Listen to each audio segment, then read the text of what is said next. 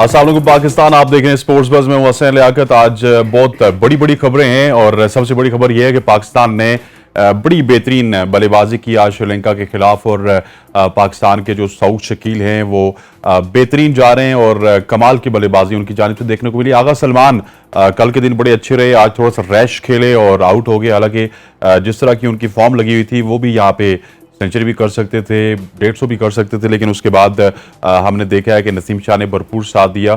और नसीम शाह ठीक है रन इतने नहीं बनाए, लेकिन जो उनका रोल था उन्होंने वो रोल प्ले किया। इसके अलावा अगर आपको बताते चलें कि रात तकरीबन 3-3:30 बजे पाकिस्तान क्रिकेट बोर्ड की जानिब से ये प्रेस रिलीज जारी की गई कि पाकिस्तान 10 T20 इंटरनेशनल मैचेस खेलेगा।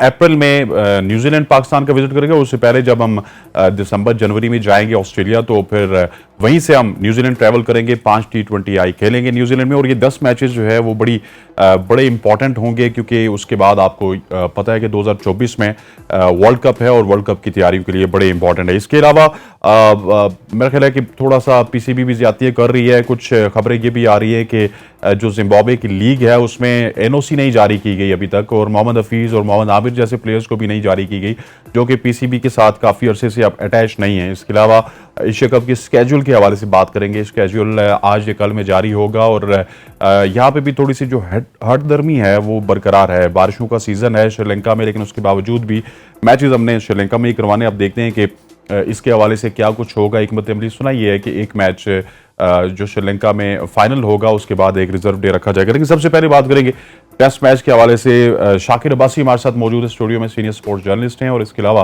शाज़ेब अली भुट्टो हमारे साथ मौजूद हैं कराची से। Thank you very much Shahzeb और शाकिर साहब। Finally Pakistan team is on right track. देखिए, जो स्टार्ट था थोड़ा सा शेकी था, बल्कि ज़्यादा शेकी था। अब टॉप ऑर्डर बुरी तरह जो है वो ट्रैप में आया। जो श्रीलंका प्लान कर रहा था गाल के मैदान पे जयसूर्या एंड कंपनी से, तो वो वहाँ टॉप ऑर्डर तो गया, लेकिन जिस तरह तकरीबन 101 पे 5 आउट होने के बाद जिस तरह से इनिंग्स को संभाला, तारीफ़ तो बनती है, बल्कि ज़्यादा तारीफ़ बनती है। और न सिर्फ उन्होंने इनिंग्स बिल्ड की, बल्कि अपना जो एक उनके अंदर जो एक टैलेंट है, जो हम तो अक्सर साउथ शकील को ये कहा करते हैं कि फ्यूचर का ला रहा है, बल्कि अब तो प्रेजेंट का भी ला रहा है। उसने साबित किया कि उसमें कितना टैलेंट है। और एक अच्छी बात हमेशा मैं कहता हूँ कि जो प्लेयर एक सर्किट के ज़रिए आएगा, प्रॉपर ग्रेजुएट करके आएगा, जिस तरह होता है ना ग्रेजुएशन, आपने प्राइमरी स्कूल पढ़ा, मिडिल पढ़ा, हाई पढ़ा, फिर जाके ग्रेजुएट हुई, इसी तरह जो सर्किट सिस्टम के अंदर से गुजर के आएगा वो बड़ा सॉलिड होगा। फिर उसने न सिर्फ अपनी सलाहियतों का लोहा मनवाया इस अहम और मुश्किल मरहले पर, वहाँ अपनी टीम को भी संभाला दिया। और कोई सोच भी नहीं सकता था जब बाबर आजम और उनकी टॉप ऑर्डर जा चुका था और 100 पे 5 आउट हैं, आप लीड ले पाएंगे। इवन ये भी लग रहा था कि शायद हमें जो है वो एक बड़े मार्जिन से जो है वो रह जाए इस स्कोर को बराबर करने में। लेकिन मैं समझता हूँ कि साउथ शकील और ख़ास करके उनका जो साथ दिया आगा ने, दोनों ने ज़बरदस्त बैटिंग की, जिम्मेदारी के साथ, तहम्मुल के साथ, और बताया बाकियों को कि इस ग्राउंड पर इस अटैक को कैसे टैकल करना है। और यकीनन साउथ शकील की बैटिंग में जो यंग हमारे बैटर आ रहे हैं, जो देखने के लिए और सीखने के लिए उसमें बहुत कुछ है। अब पाकिस्तान को आउट ऑफ डेंजर ही नहीं बल्कि कमांडिंग पोजीशन में है। और जिस तरह से उन्होंने टीम को उस भंवर से निकाला, उस दलदल से निकाला, मुझे लगता है कि दूसरी इनिंग्स में पाकिस्तान बेहतर परफॉर्म करेगा। और ये जो बारिश से हमें थोड़ा टाइम जो हमारा इस मैच का ज़ाया भी हो रहा है, लगता है कि पाकिस्तान अच्छी लीड लेने के बाद अब इसे फैसला कौन और जो है वो नताइज के साथ इस मैच को हम देखेंगे कि पाकिस्तान ड्रॉ के बजाय ये मैच पाकिस्तान के हक में मुझे ज़्यादा दिख रहा है। ठीक है शाहजेब, आपकी तरफ आऊंगा। आप भी बड़े खुश होंगे सऊद शकील की परफॉर्मेंस से, और यकीन तौर पे सऊद शकील को देख के अब जो है सारे लोग बोलना स्टार्ट हो चुके हैं। मैं तो पहले भी उनका बड़ा मोतरिफ था, और मेरा तो उनके हवाले से ये भी मौक़िफ़ है कि काफी ज्यादा देर कर दी हमने सऊद शकील को खिलाते खिलाते। मरतबा जब ये सिलेक्ट हुए थे ना पाकिस्तान के लिए, तो 2016 में ये पहली मरतबा सिलेक्ट हुए थे, जब सरफराज अहमद कप्तान थे। और सऊद शकील और साद अली दो ऐसे प्लेयर्स थे जो कि कंटिन्यूसली सिलेक्ट होते रहते थे इंजमाम उल हक की सिलेक्शन कमेटी में, लेकिन कभी प्लेइंग 11 में इनको मौका नहीं मिला। फिर 2021 में इनको हमने वनडे डेब्यू करवाया और उन्होंने वहां पर परफॉर्म किया इंग्लैंड में, लेकिन बात हो रही थी कि इनका डेब्यू पिछले साल ऑस्ट्रेलिया के अगेंस्ट हो जाना चाहिए था, लेकिन वहां पर हमने इफ्तिखार अहमद को खिला दिया। फिर आगे जब श्रीलंका में अपॉर्चुनिटी बनी, फवाद आलम को ड्रॉप किया गया, तो वहां पे आगा सलमान के साथ गए थे और हमने थोड़ा सा अपना बैटिंग ऑर्डर शफल कर लिया था, रिजवान को 5 पे खिलाया था, तो थोड़ा सा लेट डेब्यू हुआ। बट अब वो मेच्योरिटी, वो एक्सपीरियंस नजर आ रहा है। जो वो कहते हैं ना कि सालों की मेहनत एक डोमेस्टिक और फर्स्ट क्लास सर्किट में नजर आ रही है। जिस तरीके से ग्राइंड हुए हैं वो उन कंडीशंस में, जिस तरीके से उस सिचुएशन से ये गुजरे हैं। पाकिस्तान शाइन्स की टीम जो कि पहले पाकिस्तान ए के नाम से खेलती थी, उन्होंने टूर्स बड़े कम किए हैं, लेकिन उनके साथ इन्होंने टूर्स बड़े किए हैं। ये श्रीलंका भी गए थे पाकिस्तान ए के साथ, फिर ये बासित अली की कोचिंग में इंग्लैंड गए थे, वहां पर भी इन्होंने बड़ा अच्छा परफॉर्म किया था। और उसके बाद इन्होंने जो है वो मजीद टूर्स भी किए हैं पाकिस्तान शाहीन्स की टीम के साथ। तो वो तमाम एक्सपीरियंस इनकी बैटिंग में, इनकी इनिंग्स में नजर आया, जिस मेच्योरिटी के साथ वो खेल रहे थे। और एक बात नजर आ रही थी कि इनका माइंडसेट क्लियर था कि मैंने किस अप्रोच के साथ जाना है। हमारे बैट्समैन अमूमन जो है वो अपनी बैटिंग प्लानिंग में थोड़ा सा फेलियर नजर आता है कि उनको पता नहीं होता है, वो समझ नहीं पाते कि हम सेशन बाय सेशन इनिंग्स को लेके कैसे चले। लेकिन साउथ देखें, जहां पर तेज रन करने थे वहां पर वो क्विक भी खेले, जहां पर संभल कर खेलना था वहां पर संभल कर भी खेले, और रन आपके सामने हैं उनके।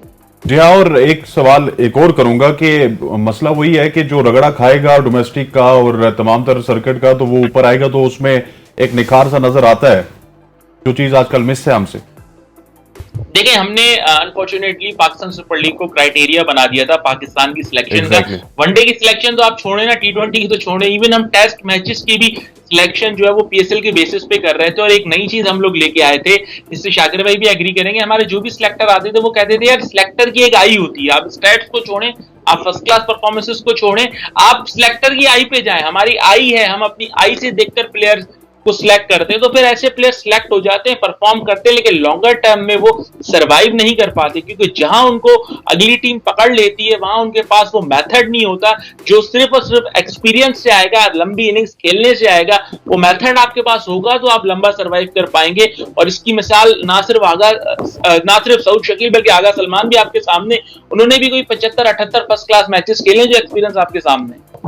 अच्छा शाकिर, डू यू एग्री कि हमारा जो पिछले कुछ अरसे में फर्स्ट क्लास स्ट्रक्चर काफी ज्यादा चेंज करने की कोशिश की गई, ऑस्ट्रेलियन तर्ज में करने की कोशिश की गई, उस लिहाज से फर्स्ट क्लास से इतने प्लेयर नहीं आए, फिर PSL से प्लेयर आए और उसके रिजल्ट आपके सामने है कि हमारी टेस्ट की परफॉर्मेंस फिर दिन ब दिन पीछे ही जाती रही। टेस्ट में तो अभी जाके हम जो है ना, आज कोई हौसला अफजा देना हमारे लिए आज और कल का। देखिए, शाहजब ने जिस तरह कहा कि हमने PSL को जो है वो अपने तमाम तर सिलेक्शन का क्राइटेरिया बना लिया था, T20 की हद तक तो बिल्कुल जायज़ा बनना भी चाहिए, होना भी चाहिए, लेकिन आप जो जब लॉन्ग फॉर्मेट में खेलेंगे तो उसका एक ही क्राइटेरिया होना चाहिए कि जो 4 डे हमारी काजिम ट्रॉफी और दीगर जो डोमेस्टिक सेक्रेटरी है उसमें प्लेयर क्या परफॉर्म कर रहा है। उस परफॉर्म देखें, जब हम एग्ज़ाम देते थे तो खुशखती के नंबर 10-20 ज़रूर होते थे, लेकिन बुनियादी तौर पर 80-90 नंबर आपको वो होते थे जिसमें आपने वो मटेरियल उस पेपर में लिखा होता था, सवालों के सही जवाब दिए होते। अगर वो जिस तरह शाहजब ने कहा कि सिलेक्टर कहता है कि उसकी आई होती है, आई के नंबर आप रखें 10-20, लेकिन जिसको आपने सेलेक्ट करना उसकी परफॉर्मेंस, उसने ग्राउंड में विकेट पर कितना टाइम गुजारा, वो रगड़े से कितना गुजरा, एक थ्रू पैटर्न किस तरह आया, उसको जरूर जो है वो जो सामने रखें। और T20 में आप जरूर एक इमर्जिंग प्लेयर को दे दें मौका, और हमने जिनको दिए उन्होंने परफॉर्म भी किया है, लेकिन वनडे और खास करके टेस्ट मैच तो है ही टेस्ट है भाई।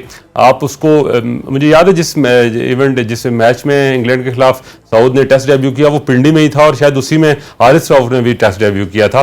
तो उस मैच में भी इन्होंने पहली इनिंग्स में 36 या 40 रन बनाए थे, दूसरी इनिंग्स में 70-80 रन इंग्लैंड के खिलाफ। तो लड़के ने अपना आप दिखा दिया था कि उसमें पोटेंशियल है, टैलेंट है, और उसको जब मौके मिलेंगे तो बेहतर परफॉर्म करेगा। और इस मैच में देखें, आप जयसूर्या को देख लें, उसने जिस तरह से उसने पकड़ा हुआ है बाबर आजम को, मैं ख्याल है 4-5 मैचों में एवरेज उसकी ये, एक आध मैच में शायद उसको आउट नहीं कर सकता, बाकी हर जगह वो आउट कर गया।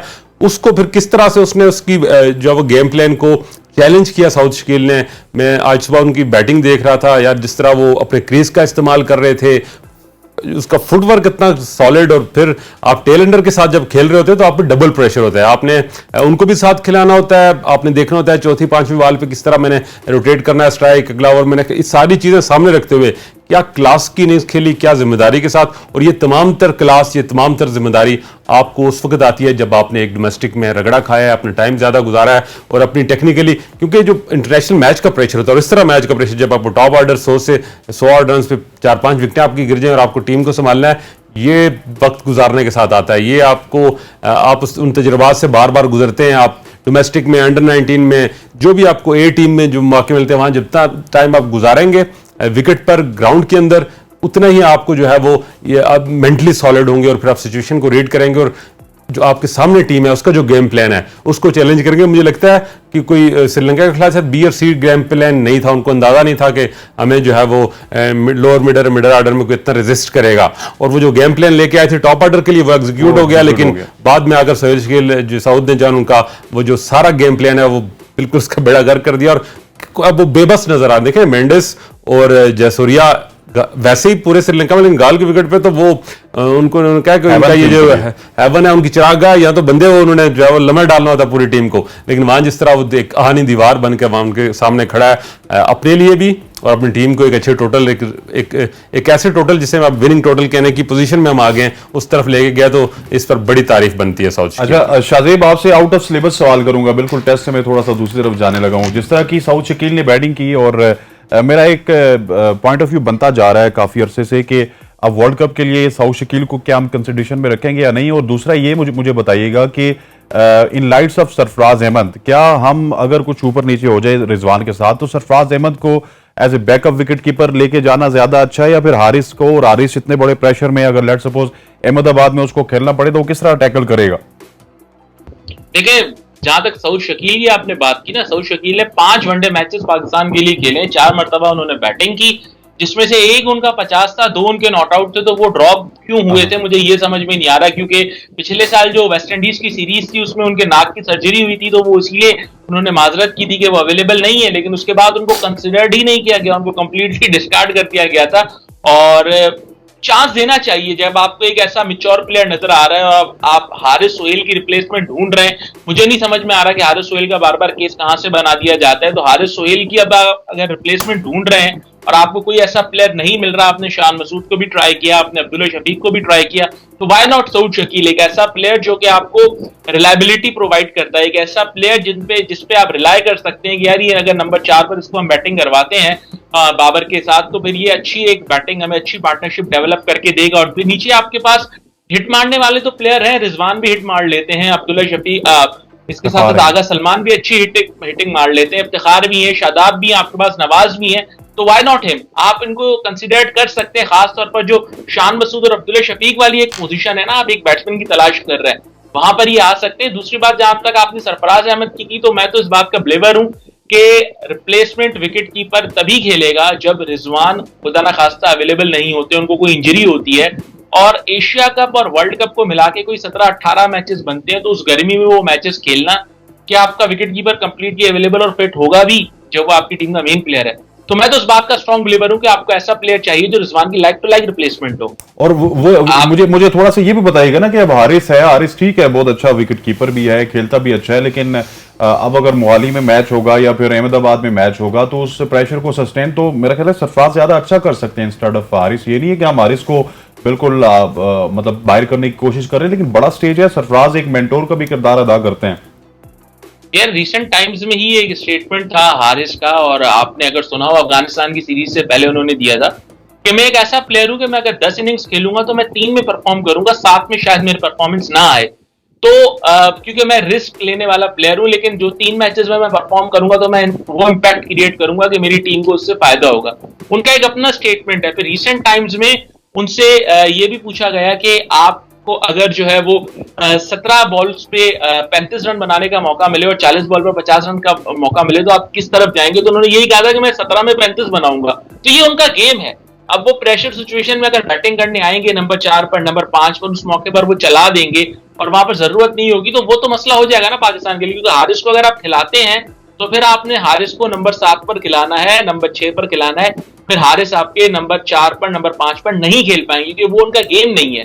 तो आपको अगर उसकी रिप्लेसमेंट चाहिए तो फिर सरफराज अहमद, लेकिन डिपेंड करता है कि सरफराज अहमद 3 इनिंग्स में क्या करते हैं। अगर अगली 3 इनिंग्स में वो परफॉर्म करते हैं अगेंस्ट स्पिन तो फिर उनका केस बन सकता है। अगर वो यहां पर भी परफॉर्म नहीं करते और एक आध 50 आती है, कोई बड़ी इनिंग्स नहीं आती, तो फिर मेरा नहीं ख्याल कि उनको कंसिडर किया जाए। ठीक, शाकिर आप इसमें कुछ ऐड करना चाहेंगे?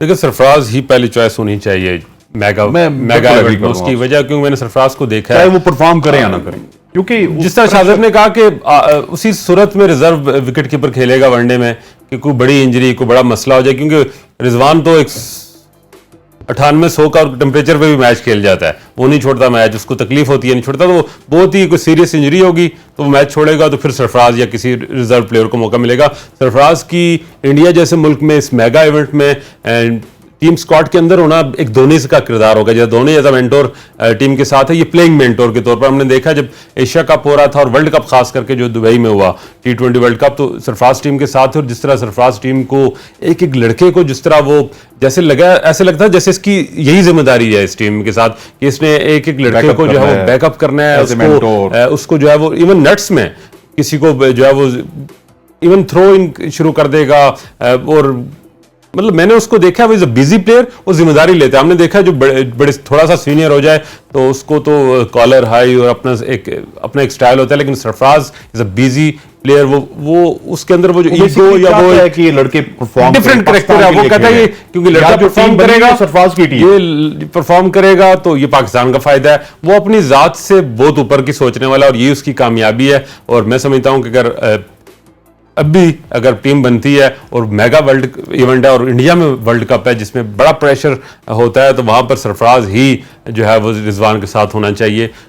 फ्यूचर के लिए आप जरूर प्लान कर रहे हैं इसको, जिस तरह आपने शाहीन कप से कैप्टन बना के भेजा है, इमर्जिंग में बेहतरीन है, लेकिन वर्ल्ड कप के लिए मेरा ख्याल है शायद सरफराज का आखिरी वर्ल्ड कप भी होगा, और वो टीम के साथ उनका टीम के साथ ट्रैवल करना भी एक फायदा बड़ी बात है। बिल्कुल शाकिर और शाहजेब अली भुट्टो से डिस्कशन का सिलसिला जारी है।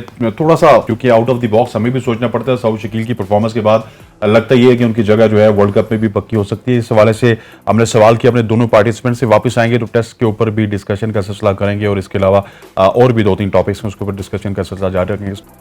वेलकम बैक टू शो, और अब स्ट्रेट अवे में जाऊंगा कराची, शाहजेब अली भुट्टो से पूछेंगे। शाहजेब ये बताइएगा कि काफी ज्यादा लॉस हुआ हमें, अर्ली 101 पे 5 विकेटें गिरी हैं, लेकिन उसके बावजूद भी हमने देखा कि जो इंटेंट था वो नहीं बदला। सो पाकिस्तान फाइनली जो हम उनको बात कर रहे थे थोड़ा सा तेज खेलने की, 4 के या 5 के रन रेट से खेलने की, उस पर अमल दरामद किया है और आज उसके रिजल्ट भी पाकिस्तान को मिल रहे हैं।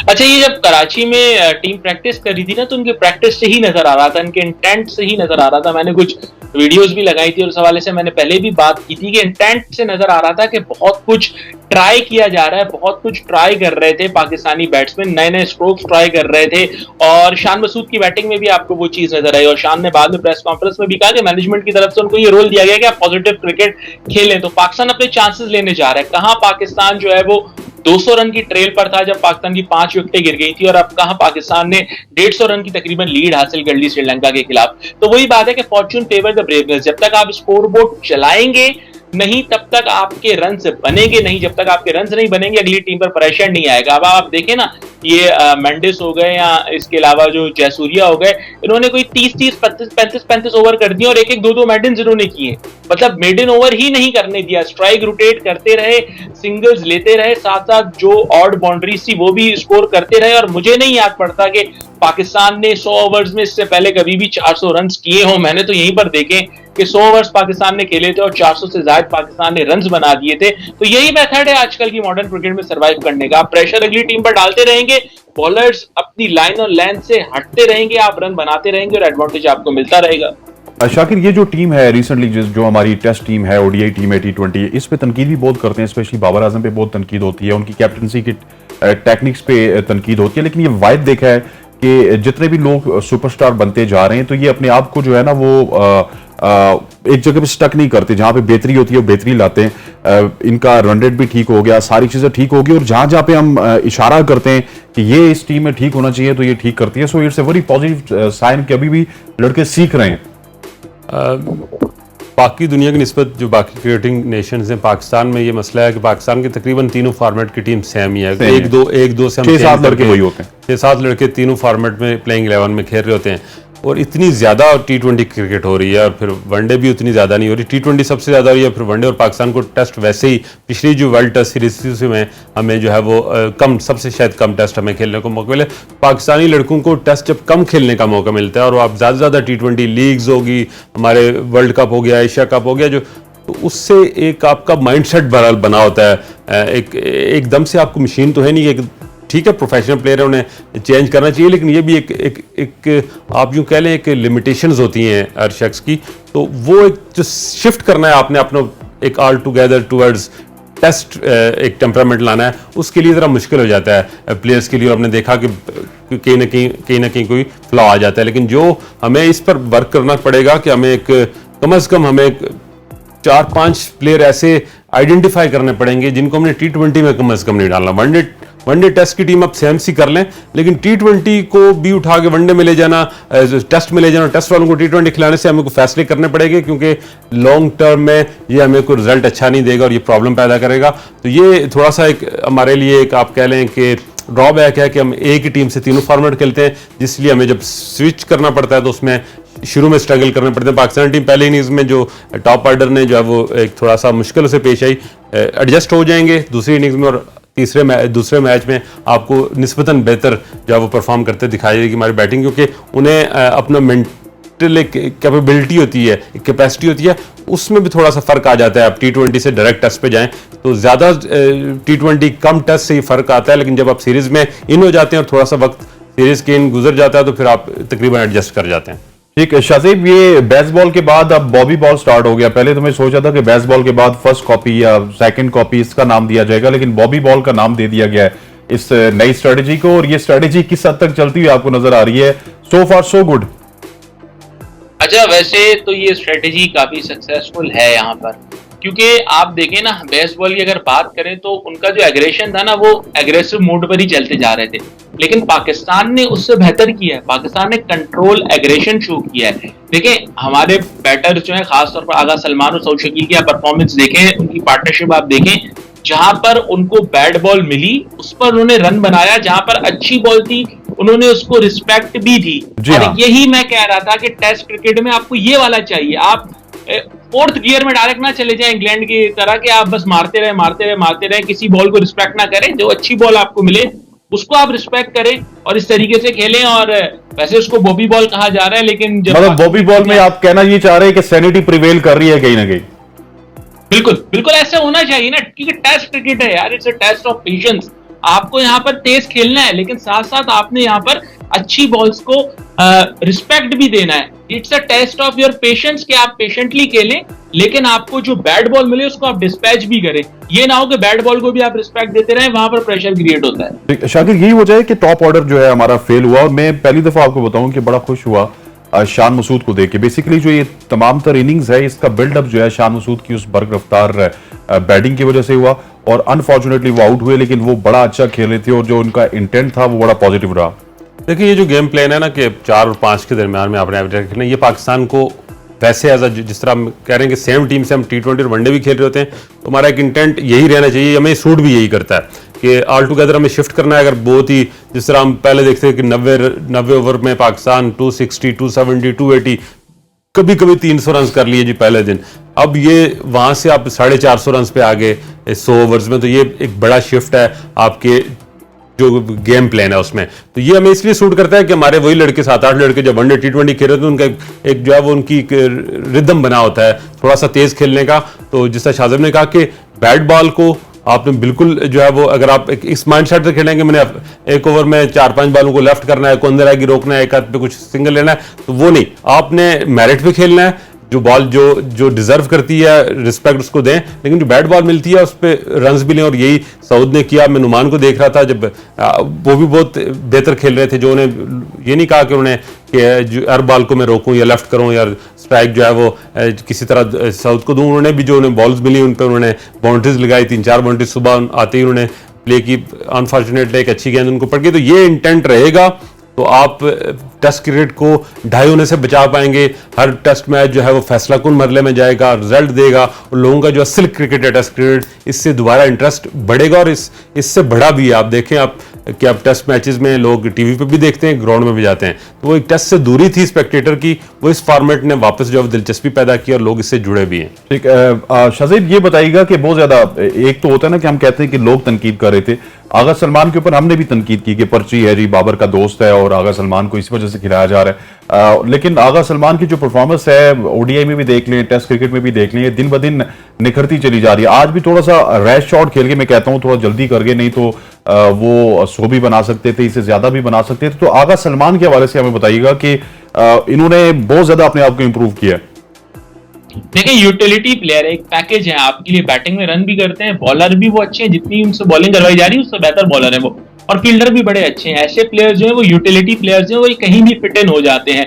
मिडिल ऑर्डर में इन्होंने बड़े रन किए थे फर्स्ट क्लास में। अब जो लोग कह रहे हैं कि ये बाबर के दोस्त हैं, तो मेरे ख्याल से ये डोमेस्टिक में तो शायद बाबर से भी सीनियर है। पहले ये एज ए बॉलर खेलते थे, फिर ये बैटर बन गए, और ये जो नया स्ट्रक्चर आया था इसमें ये हमें सदर्न पंजाब के लिए मिडिल ऑर्डर में काफी अच्छी इनिंग्स खेलते हुए नजर आ रहे थे। और 2019 से मैं इनका रिकॉर्ड देख रहा था, तो उन्होंने कोई 5 सेंचुरीज स्कोर की थी, बल्कि 6 सेंचुरीज इनकी थी। इसके अलावा इनकी जो है वो 8 50s थी और 25 विकेटें थी। ये पूरा इन्होंने 18 फर्स्ट क्लास गेम्स में 2019 से अचीव किया हुआ है, तो इसी बेस पर वो सिलेक्ट हुए थे। इससे पहले वो 2021 में साउथ अफ्रीका की सीरीज के लिए भी सिलेक्ट हुए थे, वहां पर उनको मौका नहीं मिला था, फिर लास्ट ईयर इनको मौका मिला। और जिस तरीके से इन्होंने अपनी जगह को सीमेंट किया है, इन्होंने बताया है कि यार किस तरीके से आप टीम के लिए मैक्सिमम यूटिलिटी प्रोवाइड कर सकते हैं, क्योंकि सबसे अच्छी बात यह कि पॉजिटिव खेलते हैं, ये नहीं है कि आके रुक जाते हैं। क्योंकि उनको जो नंबर दिया गया है वो नंबर 7 है, और ये नंबर 7 वो है जिसमें आपने मोस्टली टैलेंडर्स के साथ खेलना है, और इसमें आपके पास वो गेम होनी चाहिए कि जिसमें आप रन रेट को अप कर सकें, ताकि जब आप टैलेंडर्स के साथ खेल रहे होते हैं, अगली साइड से विकेटें गिर रही होती हैं, तो आप वहां पर जितने भी रन करेंगे वो पाकिस्तान के लिए क्रूशल्स होंगे। तो इसी तरीके से हमने उनको 100 भी इससे पहले टेस्ट क्रिकेट में करते हुए देखा, और आज भी जिस तरीके से वो खेले, वो एक अनफॉर्चुनेट था कि वो उसी इंटेंट के साथ वो पूरी इनिंग्स खेले थे, और वो उसी इंटेंट के साथ जा रहे थे, और वो उस तरीके से आउट हुए। लेकिन मेरे ख्याल से पाकिस्तान के फ्यूचर के लिए बड़ा अच्छा है अगर वो इस तरीके से पॉजिटिव खेलते रहेंगे। शाकिर, ये आगा सलमान जो हैं जिस तरह की ये परफॉर्मेंस दे रहे हैं, स्पेशली विद द बैट, और बड़ी यूटिलिटी प्लेयर हैं जिस तरह शाहजेब ने बताया, तो कहीं ना कहीं पे नवाज के लिए इनसिक्योरिटी ज्यादा बढ़ती हुई नजर नहीं आ रही आपको? अच्छा, मैं जाती तौर पे नवाज के टेस्ट खिलाने के हक में ही नहीं हूँ। नवाज हमारे पास T20 और वनडे में 50 ओवर्स भी उसको भी थोड़ा सा वहां पर वो एक, मैं यही तो चाह रहा हूँ कि हमें एक माइंडसेट ऐसा देना पड़ेगा अपने लड़कों को कि यार यू आर प्लेइंग हियर, ये आपका फॉर्मेट है, ये आपका नहीं है। और हमें एक तो इससे हम ज़्यादा से ज़्यादा जो है वो प्लेयर्स को भी लूप में ले आएंगे, और अपनी टीम को एक, जब वो लड़का जब उसे पता होगा कि मैंने T20 के साथ टेस्ट भी खेलना है, तो नेट में क्या करेगा मुझे समझ नहीं आ रही। लेकिन अब उसे हम कहेंगे यार you are one day and T20 player, you are one day and test player, तो थोड़ा सा अपने आप को प्रिपेयर भी उस तरह करेगा, अपना मिजाज वैसा डेवलप करेगा अपने अंदर। तो नवाज क्या टेस्ट में तो कोई गुंजाइश नहीं बनती। आगा ने जहाँ भी उसको मौका मिला है, इवन डेब्यू पे भी बड़ी अच्छी उसने परफॉर्मेंस दी, और जब भी उसे मौका मिला उसने with the ball and with the bat perform किया। और आज की जो पाकिस्तान की ये इनिंग्स, पाकिस्तान जिस तरह 100 पे क्लैप्स कर गया था, अगर आज पाकिस्तान लीड कर रहा है तो उसमें आगा की उस 83 रन की इनिंग्स का बहुत बड़ा हाथ है। न सिर्फ उसने रन्स बनाए, पार्टनरशिप दी, और साउथ को वह एतमाद दिया कि वो खुल के अपनी बैटिंग कर सके। शाकिर, ये काफी दफा ये कर चुके हैं ऐसा कि मतलब जब हम उम्मीदें छोड़ देते हैं और आगा सलमान आके परफॉर्म करते हैं। और श्रीलंका के खिलाफ वैसे उनका रिकॉर्ड वैसे भी बहुत अच्छा है, पहले भी उन्होंने बड़ा अच्छा परफॉर्म किया श्रीलंका के खिलाफ, तो आगा को एक क्रेडिट देंगे, और आगा को तवातर के साथ मौके देने चाहिए। प्लेयर को जब आप एतमाद देंगे ना कि आप हमारे मैन प्लेयर हो भाई, आपको हमने जो है वो बार बार यूटिलाइज करना है, आप हमारे प्लेइंग 11 का एक परमानेंट हिस्सा बने इस फॉर्मेट में, तो मैं ख्याल ज़्यादा आज़ादी के साथ, ज़्यादा एतमाद के साथ खेलेगा। जब वो पूरी एक टेंशन फ्री माहौल में खेलेगा, उसको ये रिस्क नहीं होगा कि मैं अगला मैच खेल रहा हूँ या अगली सीरीज़ खेल रहा हूँ या नहीं खेल रहा, तो वो इसी तरह परफॉर्म करेगा। और जब एक बंदा टाइम एंड अगेन परफॉर्म कर चुका है, वो हमें एतमाद दे चुका है, मैं ख्याल मैनेजमेंट को भी उस पर फिर अंधा एतमाद करना चाहिए। शाहजेब, हमें देखने में ये मिलता था कि जब हम 6 के बाद देखते थे अपनी बैटिंग लाइनअप को, स्पेशली टेस्ट क्रिकेट में, तो हमें ऑलराउंडर के क्या बस उसके बाद ये आसार खत्म हो जाते थे कि अब हम 20-30 रन भी सर्वाइव कर सकेंगे या नहीं। लेकिन अब जब हम अपनी बैटिंग कार्ड को देखते हैं, यहाँ पे शाहीन शाह भी है, नसीम जिस तरह आज रेजिस्टेंस का मुजाहरा कर रहे हैं, रॉक सॉलिड है, मैं समझता हूँ कि टेक्निकली वेरी साउंड, और कोई मौका नहीं दे रहे नसीम शाह, तो ये तो बड़ी पॉजिटिव साइन है स्पेशली टेस्ट क्रिकेट के लिए।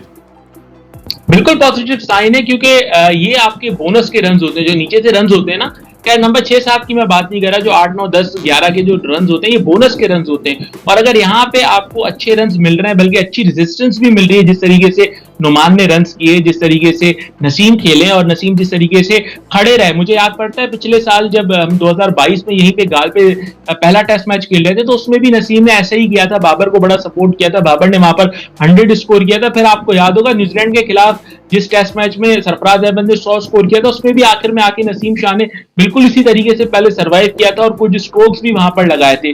तो ये बहुत ज्यादा इंपॉर्टेंट है पाकिस्तान के लिए। और जो आगा सलमान पोजीशन होल्ड कर रहा है ना, इस पे आप पहले देखें, फहीम अशरफ को भी हमने ट्राई किया था। हाँ। फहीम अशरफ ने भी कदरे बेहतर बैटिंग से परफॉर्मेंस दी थी, लेकिन वो भी 35-40 रन करते थे। वो भी इस तरीके के बड़े नॉक्स नहीं खेलते थे जो आगा सलमान हमें यहाँ पर खेलते हुए नजर आ रहे हैं। और मैं सबसे अच्छी बात ये बता रहा हूँ कि अब जब हम बाहर की कंडीशंस में जाएंगे ना, तो वहां पर पाकिस्तान जो है वो एक स्पिनर के साथ खेलेगा। तो वहां पर अगर आपको लंबे रन पड़ जाते हैं और आपको वहां पर एक बॉलर की जरूरत पड़ती है कि वो आके अबरार के साथ या कोई भी आपका मेन स्पिनर खेल रहा होगा उसके साथ अगर आके कुछ ओवर्स शेयर करे या उसको कुछ रेस्ट दे, तो वहां पर आगा सलमान आपके लिए ज्यादा यूटिलिटी प्लेयर साबित होंगे कि वो वहां पर अगर 8-10 ओवर भी कर लेते हैं तो वो भी पाकिस्तान को फायदा होगा। तो मैं समझता हूँ आगा सलमान ना सिर्फ एशियन कंडीशंस में बल्कि बाहर की कंडीशंस में भी पाकिस्तान को काफी ज्यादा हेल्पफुल साबित होंगे। और ये जो टेल के रन हैं, आई गेस के पाकिस्तान जिस तरीके से अप्रोच के साथ गया है ना, तो पाकिस्तान ने सोच लिया है कि हमने जितने रन बनाने थे हमने इस इनिंग्स में बनाने हैं और सेकंड इनिंग्स में हम श्रीलंका को जल्दी आउट करें और फिर कुछ शायद रन बचे तो वो फिर हम चेस करें, क्योंकि ये विकेट ऐसी है कि यहाँ पर अगर 150 रन भी पाकिस्तान को आखिरी इनिंग में मिलते हैं तो पाकिस्तान के लिए मुश्किल होगा। ठीक, शाकिर आपकी तरफ आऊंगा, मुझे ये बताइएगा, बहुत सारी पॉजिटिव्स की बात होगी लेकिन कुछ नेगेटिव्स भी हैं। इमामुल हक पाकिस्तान में बहुत अच्छा परफॉर्म करते हैं लेकिन अवे फ्रॉम होम उनकी जो एवरेज है वो 25 की है और एक बार फिर हमने देखा कि इमामुल हक जो है वो एक रन बना के आउट हो गए। तो ये थोड़ा सा कंसर्न नहीं है, इसके ऊपर वर्क करना चाहिए इमामुल हक को, क्योंकि बैट्समैन तो वही है जो होम में भी खेले और अवे भी खेले। देखिए इमामुल हक हमारे जो टेस्ट प्लेइंग 11 है उसका परमानेंट अब हिस्सा बन चुके हैं और उन्हें इस चीज़ का एहसास करना चाहिए कि टीम ने उन पर एतमाद किया है, उन्हें मौके बार बार दिए, उन पर बहुत सारी तनकीद होती रही, उन पर बड़े बड़े उन पर इल्ज़ामात लगे लेकिन उनको मौका दिया गया और उन्होंने हमेशा परफॉर्म भी किया। ये उनकी वो अगर टीम का हिस्सा हैं तो सिर्फ इसलिए हैं कि उन्होंने परफॉर्म भी किया है। अब जब बंदा अपने कैरियर में आगे बढ़ता है तो उसको फिर मैच्योर भी होना है, उसने जिम्मेदारी लेनी है। और जब आप ओपनर हैं और आपको टॉप ऑफ द ऑर्डर आकर अगर टीम के लिए एक अच्छा स्टार्ट नहीं दे पाएंगे, बार बार आप नाकाम होंगे, तो फिर आप पर सवाल भी उठेंगे और फिर आपको आपकी रिप्लेसमेंट भी ढूंढनी पड़ेगी जो मौजूद भी है। तो इसलिए महला इमामुल हक को इस चीज़ का एहसास करना चाहिए। अकेले बैठें नहीं तो अपने चाचा के पास बैठें, उनसे कोई मशवरा करें। और टैलेंट की कोई कमी नहीं है, कोई इज़ अ सॉलिड बैट्समैन या कंप्लीट बैट्समैन। थोड़ा सा मेंटली अपने आप को स्ट्रॉन्ग करें और ज़िम्मेदारी का एहसास अपने अंदर लाएं कि पाकिस्तान की टेस्ट टीम में ख़ास करके इस तरह के जब अवे जाते हैं, यकीनन एक ट्रैप था पाकिस्तान के टॉप ऑर्डर के लिए श्रीलंका, जिसमें वो बाबर सारे आए। लेकिन आपको दूसरी इनिंग्स में दूसरे मैच में बेहतर प्लानिंग के साथ, बेहतर तैयारी के साथ और अपने गेम प्लान के साथ आना चाहिए ताकि किस तरह इनको जो है वो फेस करना है, किस तरह एक अच्छा स्टार्ट देना है। और बार बार की नाकामियाँ आपके एक अच्छे कैरियर के लिए जो है वो अच्छा साबित नहीं होंगी। और जब आपका एक रिदम टूट जाता है, कंसिस्टेंसी आप टीम में नहीं रहते, आपका इन आउट आना शुरू हो जाए तो फिर ज़्यादा देर आप सर्वाइव नहीं कर पाते। तो ये बाबर ये उनको is a very mature cricketer, जब भी उनसे बात करो, उनको देखो, उनको सुनो, तो वो is a very mature person. और फिर उनको इमामुल हक जैसे एक लेजेंड का भी साथ हासिल है, तो कम अज़ कम अगर इधर उधर से नहीं घर में बैठ के उनसे राय लें, वो वैसे भी बड़ा अच्छे मशवरे देते हैं, बाकियों को दे रहे होते हैं तो क्यों नहीं अपने भतीजे को देंगे। तो अपने खुद ही अपनी अदाओं पे ज़रा गौर करें वरना बाद में पछताएंगे, मुश्किल हो जाएगी उनके लिए। अच्छा शाजीब, ये बताएं कि ये जो जितनी भी पॉजिटिव्स थे उस पर बात कर ली, लेकिन क्या आप समझते हैं कि अब अगली 3 इनिंग्स में, जिस तरह आपने सरफराज का जिक्र किया, चले सरफराज तो टेस्टिफाइड हैं, वो इतने रन्स बना चुके हैं और हमारे सुपरस्टार भी रहे, कप्तान भी रहे, ये अब्दुल्ला शफीक के ऊपर भी अब इनिंग्स ड्यू है। अगर अब्दुल्ला शफीक रन्स नहीं करते तो फिर एक तलवार उनके ऊपर लटक जाएगी। मैंने शुरू में ही ये बात कही और शाकिर ने भी जिस तरीके से कहा था कि फर्स्ट क्लास का एक्सपीरियंस काउंट करता है। अनफॉर्चुनेटली वो चीज हम अब्दुल्ला शफीक के साथ एसोसिएट नहीं कर सकते। उन्होंने जिस तरीके की इंपैक्टफुल परफॉर्मेंसेस दी, टैलेंट है तो परफॉर्म करेंगे, लेकिन बात वही है ना कि उन्होंने फर्स्ट क्लास क्रिकेट इनफ नहीं खेली। एक फर्स्ट क्लास मैच उन्होंने खेला था, उन्होंने 100 किया था, उनकी सिलेक्शन हो गई थी और उसके बाद उनका टेस्ट डेब्यू हुआ, उसके बाद आके उन्होंने 2-4 फर्स्ट क्लास मैचेस खेले और पिछले सीजन में भी उन्होंने मैचेस खेले। लेकिन जब तक आप फर्स्ट क्लास के 2 से 3 सीजन नहीं खेलेंगे, आपको अंदाजा नहीं होगा कि आपने इन सिचुएशन से कैसे निकलना है जहां आप फंस जाते हैं, जहां आप ट्रैप हो जाते हैं। अब देखिए ना, लेफ्ट आर्म स्पिनर के अगेंस्ट उनकी जो वीकनेस है वो एविडेंट नजर आ रही है। इंग्लैंड ने भी पकड़ी, न्यूजीलैंड ने भी पकड़ी और पिछली 12 इनिंग्स में एक इनिंग में सिर्फ उनकी सेंचुरी है और 11 इनिंग्स में उनके जो है वो फेलियर्स हमें नजर आ रहे हैं। तो इन सिचुएशन से अगर उनको निकलना है तो उसके लिए उनको मेंटली स्ट्रांग बनना पड़ेगा और ज्यादा से ज्यादा क्रिकेट खेलनी पड़ेगी, क्योंकि चाहे आप जितने भी टैलेंटेड हो, नेट में आप जितना भी टैलेंट शो कर लें, प्रैक्टिस मैचेस में, टारगेट प्रैक्टिस में आप जितना भी टैलेंट शो कर लें, जब तक आप फर्स्ट क्लास क्रिकेट नहीं खेलेंगे, जब तक आप लंबी क्रिकेट नहीं खेलेंगे, तब तक आप इस चीज से बाहर नहीं निकल पाएंगे। और अच्छी बात यह है कि अब पाकिस्तान ने आगे एशिया का वर्ल्ड कप खेलना है, शायद वो पाकिस्तान की शायद व्हाइट बॉल स्क्वाड में ना हो, तो फिर इनको इनफ टाइम मिल जाएगा कि जाए डोमेस्टिक में वापस ये रेड बॉल के मैचेस खेलें, जिस तरीके से उन्होंने पिछला सीजन खेला था। जितना खेलेंगे उतना बेहतर होंगे। ठीक हो गया। शाहजेब और शाकिर से डिस्कशन का सिलसिला जारी है। यहाँ पर वो आता है एक शॉर्ट सी कमर्शियल ब्रेक का। ब्रेक के बाद वापस आते हैं। Stay with us to show. और अब बात करेंगे कुछ और टॉपिक्स पे, और जो राय है वो अपनी शामिल करेंगे, शाहजेब की भी और शाकिर की भी, लेकिन वो आखिर में शामिल करेंगे। पाकिस्तान ने न्यूजीलैंड के साथ जो है वो अब 10 T20 मैचेस खेलने हैं। 5 पाकिस्तान में खेलेगा, 5 जो है वो न्यूजीलैंड में खेलेगा। और ये बड़ा अच्छा साइन है, क्योंकि हमने देखा है कि इस दफ़ा हमारी जो विंडो थी वो काफ़ी ज़्यादा खाली थी। 13 मई के बाद अभी तक जो है हमारे पास कोई मैचेस नहीं थे, लेकिन नेक्स्ट ईयर की जो विंडो है वो बड़ी अब ज़बरदस्त हो चुकी है। थोड़ी सी जो विंडो में स्पेस बचती थी, उस स्पेस में जो है वो हमने T20 मैचेस रखे हैं। वेस्ट इंडीज़ के साथ मैचेस थे, उनको अगले साल में कन्वर्ट किया। तो शाकिर, आपकी तरफ आऊँगा कि ये रात को 3:30 बजे एक प्रेस रिलीज आई, और कितना पॉजिटिव है ये। न्यूजीलैंड अब हमारे साथ 10 मैचेस भी खेलेगा और होम भी खेलेगा, अवे भी खेलेगा। देखिए स्टैन, अगला वर्ल्ड कप जो है वो T20 वर्ल्ड कप अमेरिका और वेस्ट इंडीज़ में होना है, और मिड ऑफ द ये वैसे होना है, ये फैसला हो गया? अभी तक तो फैसला यही है, होना है। और एंड ऑफ द डे क्या थोड़े से इस पे हैं इफ एंड बट्स हैं, लेकिन बहरहाल एज पर शेड्यूल होना है। और वर्ल्ड कप वहाँ ना हुआ तो कहीं और होगा, लेकिन वर्ल्ड कप होना है। वेन्यू चेंज हो सकता है, कोई ज़रूरत पड़ी, लेकिन मेरा ख्याल है उस रीजन में वर्ल्ड कप जाना चाहिए। ऑस्ट्रेलिया, खास करके अमेरिका के अंदर क्रिकेट एक्टिविटीज़ बढ़ रही हैं। काफ़ी अर्से हम देख रहे हैं क्रिकेट एक्टिविटीज़ हो रही हैं, लेकिन बड़ा इवेंट नहीं होने की वजह से वो बूम नहीं आया, उस तेज़ी नहीं आई। एक बड़ा मुल्क है, अगर वहाँ क्रिकेटिंग नेशन, एक अच्छी क्रिकेट टीम वहाँ बन जाती है, तो ये पाकिस्तान वर्ल्ड क्रिकेट के लिए बड़ा फ़ायदा है। तो मेरा ख्याल वहीं पे होना चाहिए। और उससे पहले ये 10 मैचेस, और ओवरऑल मेरा ख्याल आपको वर्ल्ड कप से पहले 20-25 T20 मैच पाकिस्तान को, लगभग 20 मैच ज़रूर खेलने को मिलेंगे। इन 10 को शामिल कर लें तो एक बहुत अच्छी तैयारी हो जाएगी। हम अपना जो है वो तमाम जो हथियार हैं उनको इस्तेमाल कर सकते हैं वर्ल्ड कप से पहले। एक तमाम जो यूटिलाइजेशन के बाद एक फ़ाइनल 12-15 लड़कों को फाइनल करके वर्ल्ड कप की तरफ जा सकते हैं। अच्छा एक मौका भी उसके साथ साथ ये भी है कि जब पाकिस्तान ऑस्ट्रेलिया जा रहा होगा तो वहाँ टेस्ट सीरीज़ के बाद महल जनवरी में ही ये खेलेगा, और वापसी पे न्यूजीलैंड की टीम शायद मार्च अप्रैल में पाकिस्तान आ रही है। तो न्यूजीलैंड का पाकिस्तान आना भी बड़ा अच्छा नेक शुगून है। और 10 मैचेस बड़े मैचेस होते हैं।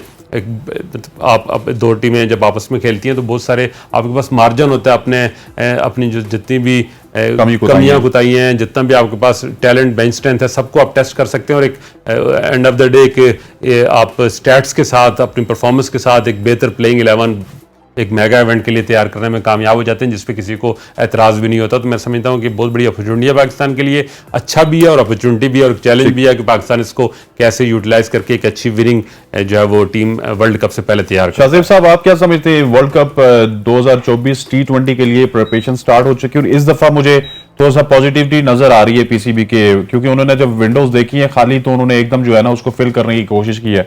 क्योंकि अब देखें 2-3 महीने ये तो हमने जाया कर दिए, ये 50 ओवर के लिए भी तैयारी हो सकती थी, लेकिन हम जो है एशिया कप की जंग में लगे रहे। जी हाँ, बिल्कुल आपने सही कहा। और जिस तरीके से T20 मैचेस वहां पर स्केड्यूल किए गए हैं, खासतौर पर न्यूजीलैंड के अगेंस्ट हम उनकी कंडीशंस में भी खेलेंगे, फिर अपनी कंडीशंस में भी खेलेंगे, फिर हम आयरलैंड भी जा रहे हैं, इंग्लैंड भी जा रहे हैं। तो ये बहुत बहुत अच्छी बात है। और अगला वर्ल्ड कप जो है वो मोस्ट प्रोबेबली इंग्लैंड में ही होगा, सुनने में यही पूरा तो उन्हीं के हक में निकलेगा हमेशा की तरह। 53 मैचेस हैं और 53 मैचेस वेस्ट इंडीज अकेले होस्ट नहीं कर सकता। अमेरिका में जो फैसिलिटीज है उन पर शक्कों को शुबात है, आईसीसी उनको क्लियर नहीं कर रहा। फिर सेकेंडली ब्रॉडकास्टर का भी बड़ा एतराज आ रहा है कि अगर वेस्ट इंडीज में आप मैचेस करवाते हैं और नाइट मैचेस अगर वहां पर होते हैं तो फिर ये एशियन रीजन जो हो गया उसमें ये मैचेस रात को 3-4 बजे स्टार्ट होंगे, इवन इंग्लैंड में भी रात को 12 बजे स्टार्ट होंगे, तो कौन देखेगा ये मैचेस? तो इन तमाम चीजों को मद्देनजर रखते हुए ये वर्ल्ड कप शायद इंग्लैंड में मूव हो। और अगर आप न्यूजीलैंड की कंडीशंस में खेलते, जो कि मोर लाइकली इंग्लैंड के सिमिलर ही होती है, फिर आप इंग्लैंड की कंडीशंस में भी खेलते, फिर आयरलैंड से भी खेलते हैं, तो ये बहुत अच्छी एक प्रैक्टिस होगी पाकिस्तान के लिए, एक सॉलिड प्रैक्टिस होगी। बस क्लियर माइंडसेट के साथ पाकिस्तान जाए, अपने पूल ऑफ प्लेयर्स को पिक कर ले कि यही प्लेयर्स हैं, 15-20 प्लेयर जो हमने लेने हैं, इन्हीं में से हमने प्लेयर खिलाने हैं, तो अच्छी टीम पाकिस्तान की वर्ल्ड कप के लिए तैयार हो सकती है। और एक और सीरीज शाकिर कंफर्म हुई है अब, जो अगस्त में है, ओडीआई सीरीज है अफगानिस्तान के खिलाफ। इसकी डेट्स वगैरह अभी तक कंफर्म नहीं हुई, लेकिन कम से कम ये अकल हमें आ गई है कि अब जो है हमने वर्ल्ड कप से पहले एक सीरीज जो है कम से कम स्केड्यूल कर ली है। देखिए ये ओवरऑल पाकिस्तान क्रिकेट के लिए और शायकीन के लिए बड़ा अच्छा है, क्योंकि हम ओवर द ईयर्स देख रहे हैं कि इंडिया के बाद पाकिस्तान और जो अफगानिस्तान की क्रिकेट राइवलरी है उसको भी काफ़ी एक वर्थ हो गई है। अब लोग उसको देखना चाहते हैं। हमने जितने भी मैचेस देखे बड़े अच्छे, बड़े फाइटिंग मैचेस होते हैं और बहुत बड़ी तादाद में जो अफगान क्राउड, पाकिस्तानी क्राउड उन मैचेस को भी उसी इंटरेस्ट से देखता है, तो ये एक अच्छा शगुन है।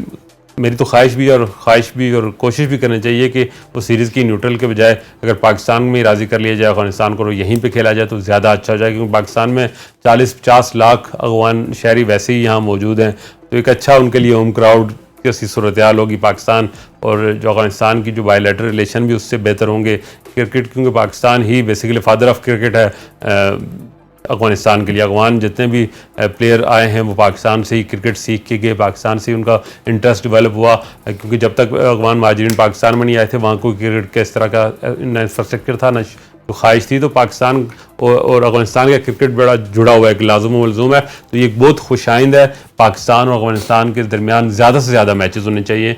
उस मुल्क को वैसे भी वहाँ की आवाम, क्योंकि बड़ा उनके लिए मुश्किल हालात हैं, पिछले 30-40 साल से एक जंगज़दा माहौल में वो ज़िंदगी गुजार रहे हैं। तो क्रिकेट एक ऐसी है जिससे वो बड़ी तेज़ी से जुड़ी है वो कौम क्रिकेट के साथ, तो उनको क्रिकेट देखने के, खेलने के मौके ज़्यादा मिलने चाहिए। और हम उम्मीद करते हैं कि वक्त भी आएगा जब पाकिस्तान कभी अफगानिस्तान खेलने भी जाएगा, ऐसे हालात अच्छे होंगे। ठीक हो गया। शाहजेब, एशिया कप के स्केड्यूल के हवाले से बात कर रहे थे। अब स्केड्यूल आज कल में जारी हो जाएगा, लेकिन हरदर्मी अभी बरकरार है। आपको पता है कि मानसून का सीजन है श्रीलंका में, लेकिन अभी भी यही कहा जा रहा है कि श्रीलंका में ही मैचेस होंगे। सिर्फ इतना होगा कि फाइनल डे का एक रिजर्व डे रखा जाएगा।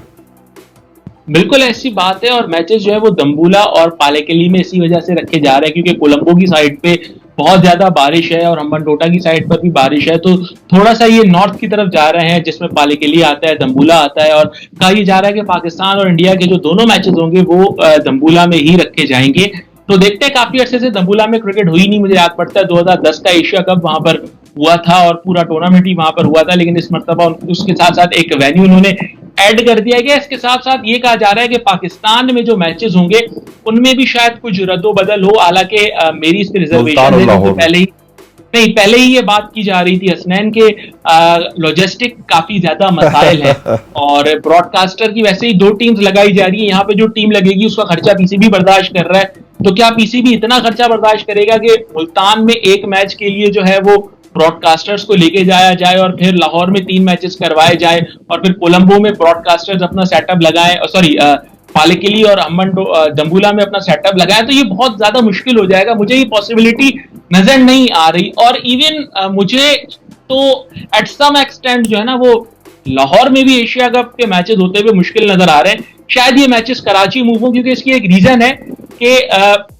फ्रीक्वेंटली जो टीम्स ट्रेवल करती है ना श्रीलंका, वो कराची से ट्रेवल करती हैं एज कंपेयर टू लाहौर। क्योंकि अगर आप देखें अभी पाकिस्तान की टीम ने भी कराची से ट्रेवल किया था, पाकिस्तान शाहीन्स की टीम ने भी कराची से ट्रेवल किया था, हालांकि उन्होंने वाया दुबई वाला रूट लिया था। तो जब एशिया कप होगा तो उसमें आपकी टीम से एक बार ट्रेवल होगी, लेकिन ब्रॉडकास्टर्स और ऑर्गेनाइजर्स को बार बार ट्रेवल करना पड़ेगा। तो लाहौर और श्रीलंका की इतनी जो है वो कोलंबो की इतनी फ्रीक्वेंट फ्लाइट्स नहीं है, ये आपको शाकिर भी बता सकते हैं। तो मुझे एट सम एक्सटेंट अभी भी लग रहा है कि जो कंफ्यूजन पूरी क्रिएट हो रही है ना, शायद ये मैचेस इनको कराची शिफ्ट करने पड़े। क्योंकि मेरा इस पर डिफरेंट ओपिनियन ये है कि श्रीलंकन एयरलाइन की डायरेक्ट परवाजें हैं लाहौर से कोलंबो, शायद कराची से नहीं है। ये ऑप्शन बहरहाल यहाँ मौजूद है उनके पास। और दूसरा ज़का अशरफ जो है उनका ताल्लुक जनूबी पंजाब से है, मुल्तान उनका होम ग्राउंड है, और उनके आने के बाद ही एक नई विंडो खुली थी कि यार कोई मैच मुल्तान में भी होना चाहिए। तो ये उनका मुझे ज़ाती इंटरेस्ट भी लग रहा है कि वो मैच वहाँ लेके जाएं एशिया कप के। और अगर उनका इंटरेस्ट है तो मेरा ख्याल है फिर ये मुल्तान भी जाएगा मैच, चाहे वो आधे मैच के लिए क्यों ना हो, क्योंकि ब्रॉडकास्टर को शिफ्ट करना पीसीबी चेयरमैन बड़ा बाख्तियार होता है और वो अपनी ख्वाहिश को, शायद मुझे लगता है कि उनकी ख्वाहिश है और ख्वाहिश वो पूरी करवाएंगे, क्योंकि वो अपने साउथ पंजाब से उनका ताल्लुक और वहाँ वो ये मैचेस 1 या 2 जो भी है वो ले जाना चाहते हैं। बाकी महल उस तरह को ट्रैवलिंग का इशू नहीं है कि श्रीलंकन जो एयरलाइन है वो कंसिस्टेंटली लाहौर से जो है वो ऑपरेट होती है। कराची से टिकट सस्ता है शायद, इस वजह से कराची चले जाते हैं। ये भी हो सकता है, लेकिन बहरहाल श्रीलंकन एयरलाइन यहाँ से डायरेक्ट कोलंबो 3 घंटे में, अगर आप कराची से ट्रैवल करते हैं तो कराची आप वाया दुबई जाते हैं तो लंबा ट्रैवल हो जाता है। तो श्रीलंकन एयरलाइन यहाँ इस्लामाबाद लाहौर से ऑपरेट करती है, तो वो इतना इशू नहीं होगा लेकिन जो मुल्तान का जो एक इसमें इशू आया था वो यही था कि ज़का अशरफ का ताल्लुक उस इलाके से और वो मैचेस वहाँ ले जाना चाहते हैं। ठीक, शाजीब आपकी तरफ आता हूँ। एक और टॉपिक है, क्योंकि सारे टॉपिक्स को देखना पड़ता है, स्पेशली जो क्रिकेट के हवाले से होते हैं। जो एनओसी के मामलात हैं लीग्स के हवाले से, आपको याद होगा कि इससे पहले एहसान आदिल भी, हमाद आजम जैसे प्लेयर भी छोड़ चुके हैं, क्योंकि एनओसी के लिए अब $25,000 जो है वो पीसीबी को देने पड़ते हैं। अब जिम अफरोज, जिसमें T10 लीग है जिम्बाब्वे में, जिसमें लाहौर कलंदर ने भी टीम खरीदी है, उसमें भी एनओसी के मसाइल चल रहे हैं। ये पीसीबी करना क्या चाहता है? ये मसले मसाइल तो चलें ठीक है कि आप वो जो 30-35 प्लेयर है आपके सर्कल में, उनके लिए अगर हों तो बेहतर लगते हैं, लेकिन अब ये मोहम्मद आमिर को भी, मोहम्मद हफीज जैसे प्लेयर को जो रिटायर होकर बाहर बैठे हुए, उनको भी एनओसी देने के लिए पीसीबी जो है वो राजी नहीं है। तो ये क्या हो रहा है पीसीबी में? अच्छा, जितनी मेरी अंडरस्टैंडिंग है ना, मुझे पीसीबी की अप्रोच इसमें समझ में नहीं आ रही, क्योंकि पैसे तो सारे बोर्ड्स लेते हैं, ऐसी कोई बात नहीं है। आईपीएल में भी जब प्लेयर्स को रिलीज किया जाता है तो बोर्ड्स को पैसे मिलते हैं, इवन जो है बाकी लीग्स में भी पैसे दिए जाते हैं। लेकिन बात यह है कि आईसीसी का जो एक फॉर्मूला है ना, उसके तहत आपको 10% चार्ज करना होता है। जितनी भी प्लेयर की अमाउंट होती है उसमें से 10% चार्ज करना होता है। लेकिन पीसीबी जो है वो तमाम लीग्स में जो है वो 25% की डिमांड कर, बल्कि $25 लाख की, वो $25,000 की डिमांड कर रहा है कि $25,000 हम लोग चार्ज करेंगे। अब कोई प्लेयर अगर पिक ही $15,000 में हुआ है तो उसके लिए $25,000 कौन देगा? सारा का सारा मसला यहाँ पर ये आ रहा है। तो मेरे ख्याल से ये पीसीबी को थोड़ा सा अपनी पॉलिसी देखनी पड़ेगी। हाँ, 10% बिल्कुल ठीक है, 10% प्लेयर्स भी एग्री करेंगे, लीग्स भी एग्री करेंगी, लेकिन ये जो 25 वाला मामला आ गया ना, ये सारा मामला जो है वो मतलब इसकी वजह से परेशानी हो रही है और प्लेयर्स को भी परेशानी। और मेरे ख्याल से जो यंग प्लेयर्स हैं, अब जैसे जिम अप्रो T20 है, वहां पर मोहम्मद हफीज जा रहे थे खेलने, इसके अलावा यंग प्लेयर्स में जो है वो तैयब अब्बास जा रहे थे, बाकी कुछ यंग प्लेयर्स जा रहे थे, तो इनको यार मौके, उस्मान शिनवारी भी हैं, वो इनको मौके मिलने चाहिए यार। उस्मान शिनवारी बेचारे कहीं क्रिकेट नहीं खेल रहे, उनको एक लीग मिली है, उनको आप खेलने दें। एग्जैक्टली, आप भी नहीं खिला रहे, बाहर भी जाके वो फाइनेंशियल पैसे नहीं कमाएंगे तो क्या होगा? मोहम्मद आमिर साहब ने क्या निकालना है? आप भेजें उनको, खेलने दें। हाँ, 10% आप चार्ज करें, $25,000 की डिमांड ना करें। ठीक हो गया। शाजीब आपका भी बहुत शुक्रिया, शाकिर भाई साहब आपका भी बहुत शुक्रिया, और उम्मीद करते हैं कि टेस्ट में पाकिस्तान की इसी तरह अच्छी रही हो। कल आके एक दफा फिर टेस्ट मैच के ऊपर भी बात होगी और कुछ और टॉपिक्स के ऊपर भी बात होगी। कल तक के लिए दीजिए इजाज़त। अल्लाह हाफिज़।